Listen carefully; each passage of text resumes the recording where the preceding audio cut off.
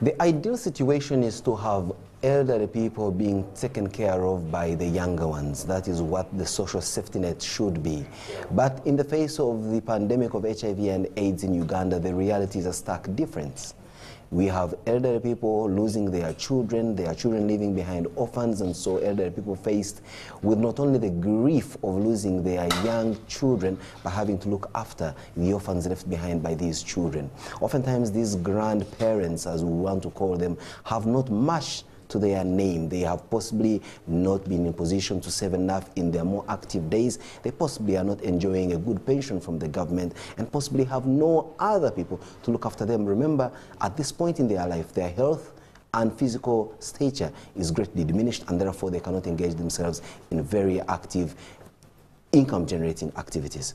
In the face of this kind of predicament, where does the recourse come from? This morning, I have with me a grandmother, Jessica Abisa Arwanyi. Good morning and welcome to the show. Good morning, Simon. And in fact, from this introduction that I've just made, I am sure it relates very well with the kind of existence that you are faced with today. Quite so. You may wish to share with our viewers this morning how impactful this has been on your life, for them to have a feel and an understanding of what grandmothers like yourself have to go through every day to put food on the table for young children, who you call your grandchildren.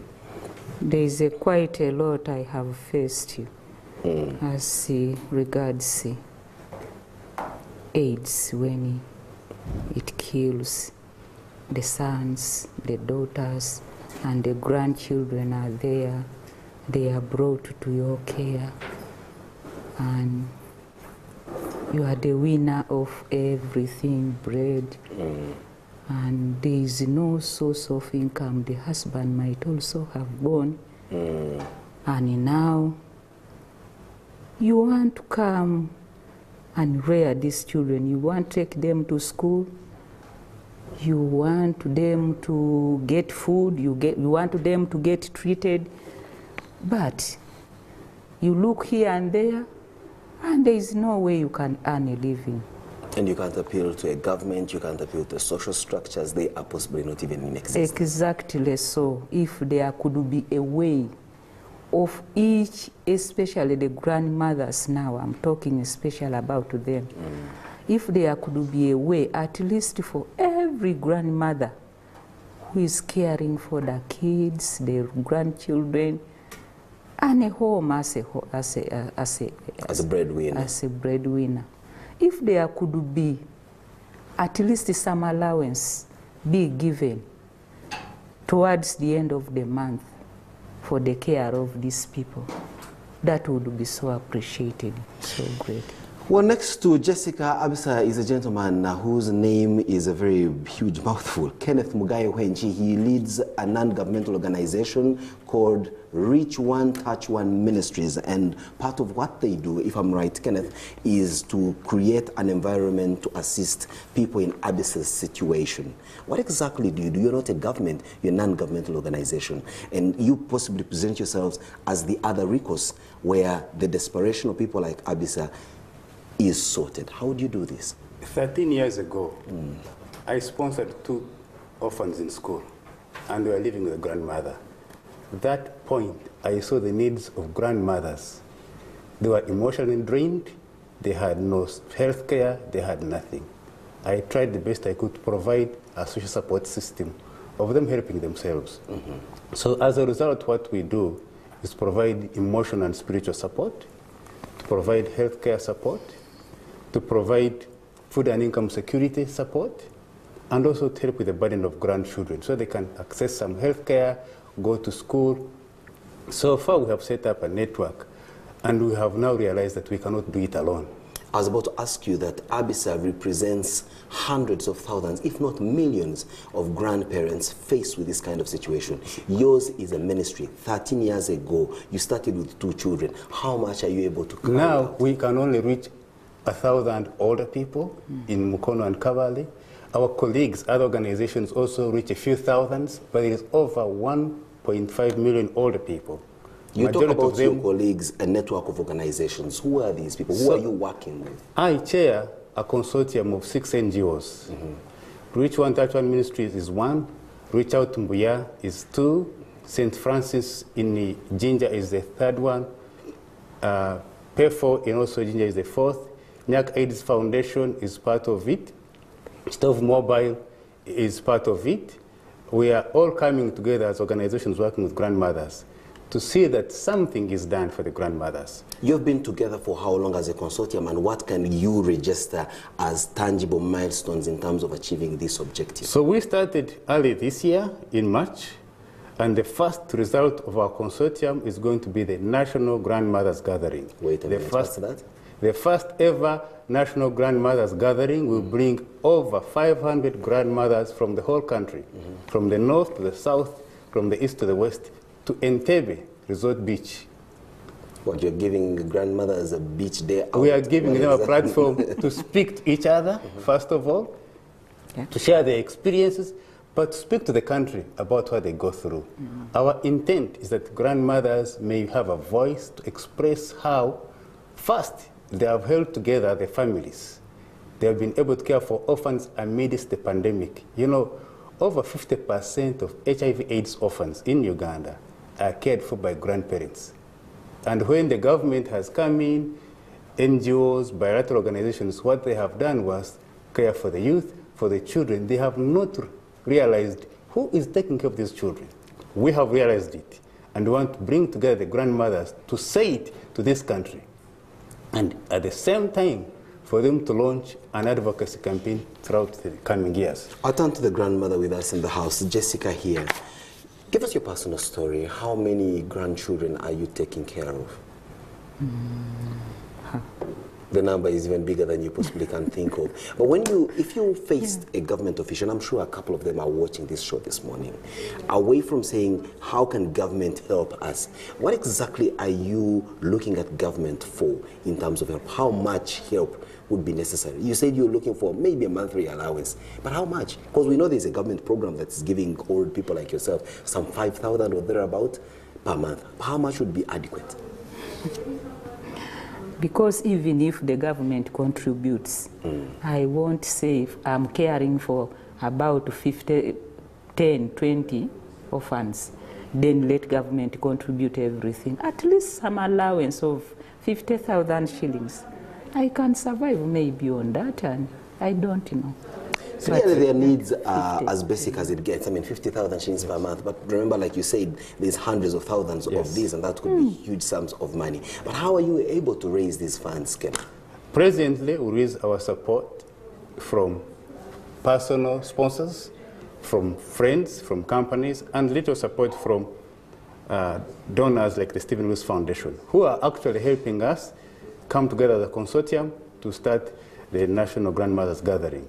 But to go back to what Advocacy was talking about, on average, every grandmother cares for 3 orphans. That's average. In my opinion, these grandmothers deserve child support. For every child a grandmother looks after, the government should give $30 every month. Let's put it in Uganda shillings, because I mean so 110,000 shillings every month. That will go a long way to provide for their housing, feeding, and other things. The other thing I think the government should do is provide universal pension. This grandmother worked so hard for the government in public health.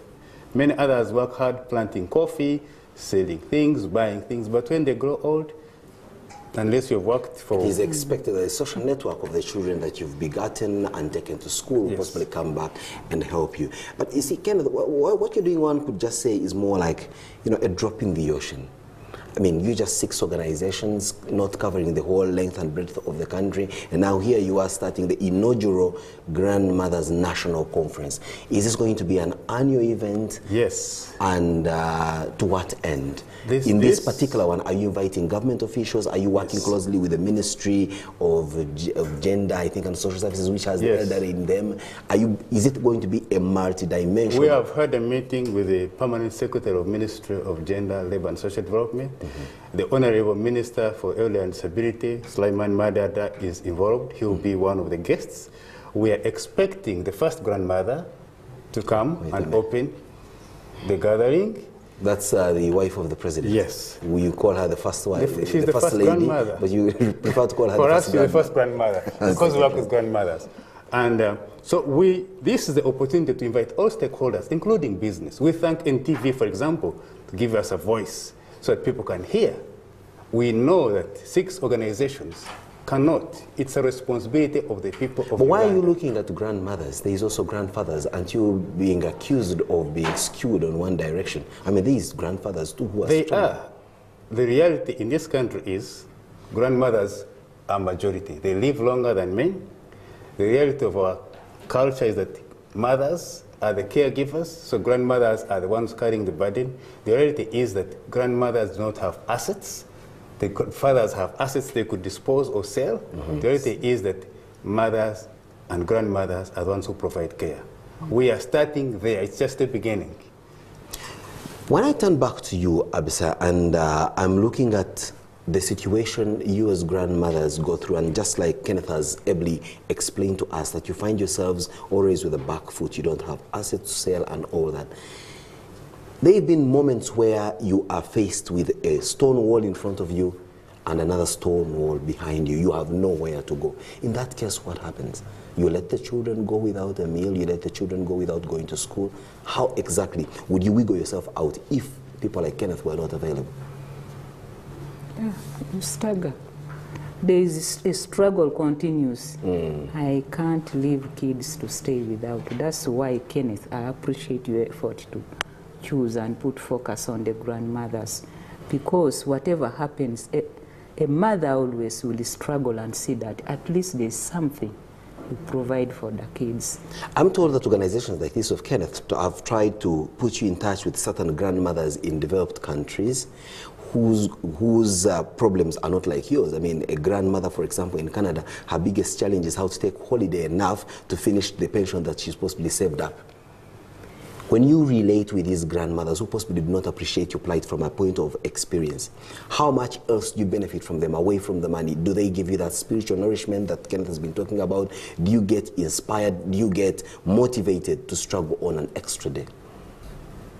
Yeah, I will get motivated and continue struggling to survive to another day. To another day. But what do you battle now? You see, there's the struggle of putting food on the table, there's the struggle to take children to school. But when you sit down with your grandchildren, in the midst of all these troubles you're going through, what kind of children are you raising? Do they listen to you? Are they the kind of children you're proud to struggle so hard for? Because it could be an alternative that the children are also facing their own personal struggles within. They are facing adolescence pressures and all that, and sometimes their conduct also breaks you down. That's quite true. Children, when growing up, children are completely different. You think of this, they are thinking of the other, especially kids today. And when they grow up in such a home when it's distorted like that, they tend to be complicated also. You talk of this, they go to the other, but all the same. So when you're appealing to organizations like Kenneth or even government, do you look at the dimension of, say, helping you to discipline children? I mean, how much discipline are you able to impact? Look, you are not in position to run after an obstinate child. Right, so I don't even think you can stand to cane someone 5 strokes before you collapse yourself. Right. So how do you get this help in trying to impart discipline within the children you're looking after? Because the risk is that you are raising children, struggling hard for them, but you're bestowing onto society children who have no value system in terms of discipline. Discipline. So one of the issues we have discovered, Simon, in our work is parenting for grandparents. See, these grandmothers have raised their children, you and I grown, and now they are forced to raise another set of children. Under different circumstances. So during this national gathering, we are giving grandmothers an opportunity to share their experiences. And one of the experiences they will share about is parenting. A grandmother in Kabale told me that her granddaughter had become spoiled because she was taking a shower every day. Oh, wait a minute. Yes. That was a waste of soap, a waste of water. And time. And time. And why is she doing it? It seems there is a man in the Our neighborhood. social workers have been working so hard to educate them. Look, it's important for the granddaughter to be clean. It's important for her, for her health, for her self-esteem. And this is a story across many grandmothers' challenges. They grew up at a different time. They have scarcity of everything. and they see this as a challenge, and it's just one of the examples. So we shall give them an opportunity to share about grandparenting and being parents again in the absence of their children who should have been parents. We shall also give them an opportunity to talk about how do you share about HIV/AIDS. These children have lost parents. You need to tell them their father died of AIDS and other issues. How do you do that? For 2 days, the grandmothers will be by their own sharing about what they go through. And on the 3rd day, they will present what they have shared to the country. And when they present to the country, to what end? I mean, look, are you're seeking government partnership here. Yes. But what's the appetite of government to listen to conditions or the plight of such people? First of all, it's government responsibility to meet the rights of its people. The old people, like any other, have rights. Basic rights to life, rights to health care. And the children they are looking after have rights, which is commonly spoken about everywhere. But without an able grandmother, these rights will not be met. So that's the first thing. The government's first interest is the children and the grandmothers have rights. 2, a healthy population contributes to country's development. But especially at this time, it's even a very good season for politicians. I was just going to conclude with that question, that aren't you exposing your otherwise well thought out philanthropic activities to be devoured by the wolves that come in the form of politicians to take advantage of these old people, take their vote and return nothing? Politicians are managers of our society. If they have erred, that has been a mistake. They are not supposed to devour anybody. They are supposed to develop policies that help the population live a better life. We are giving politicians an opportunity to see an area they have not developed sufficient policy. Or you're simply saying they are a necessary evil that we cannot run if away I was a politician, in my manifesto today, before anybody goes to office, I would put there a policy that cares for grandmothers. And so I would put there a policy for child support. Are you saying those who do not have it in their manifestos, these grandmothers should not vote for them? Okay, that you're getting political. No, and I should if I am, because it's about caring for each other and for our people. He couldn't have concluded it better there. Kenneth, I'm sorry, I must cut you short because time is certainly not an ally on our side, but we must thank you for taking the trouble to come and be with us and share with us exactly that noble cause that you're spearheading together with your partner organization. For you, Jessica, I am elated that I must admit you are I want to say you're the oldest person I've had on this show, and quite frankly, it's been quite a relaxing way to, listen to your story and possibly give me some bit of insight into a couple of people that many times we look at and never appreciate to the depth of the extent to which you've explained your problems, your challenges in raising these children, especially those who are left behind by your own children that succumb to the issue of HIV and AIDS. And we do thank you for the noble job that you're doing together with the other hundreds of thousands of grandparents who are like you. Let's take a short one. When we return, it's Simon Says. Okay.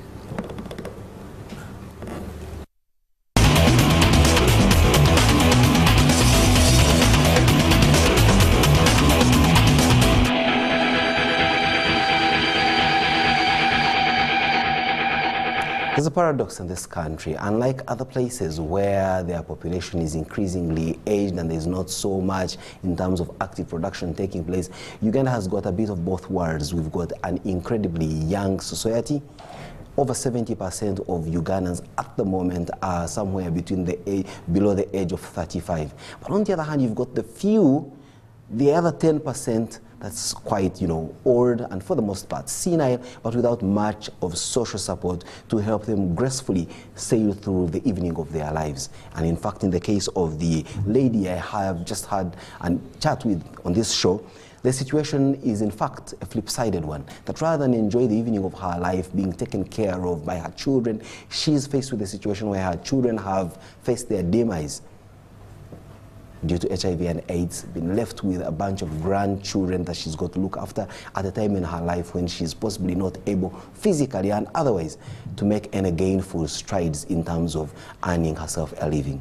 But also we see that the case of these grandparents is not a very hopeless one, because there are people and organizations that have looked at that and considered it as an important aspect of human existence and have gone out of their way to try and ameliorate their situation by providing them lots of care, from financial to spiritual and even social, social I want to use the word fellowshipping, so that these grandparents can realize that their story is not theirs alone, they share it across the country. So this grandmothers conference, I'm told, will be one of those opportunities, and will be an annual event to allow for grandparents and people who find themselves in the care of children who the others wouldn't be caring of thanks to HIV and AIDS, to come share best practices, as they say normally in the NGO world, or even share experiences that possibly would help someone feel that there is some bit of light at the end of the tunnel. How much are you contributing to ameliorating a situation such as this one? I mean, for the most part, we are huffing and puffing about politics and what politicians can do for us. But has it ever occurred to you that there is a section of your own countrymen and women who are in the evening of their lives, who are elderly, who need your love and support, but who find themselves in a situation where they've got to give care to especially children? For a moment, think about it. Use the weekend to ponder over it and see how much you too can make a contribution to the amelioration of the plight of these children and their grandparents and give them a care. For once, let's be human, as we have always taunted ourselves to be as Ugandans. Have a good morning.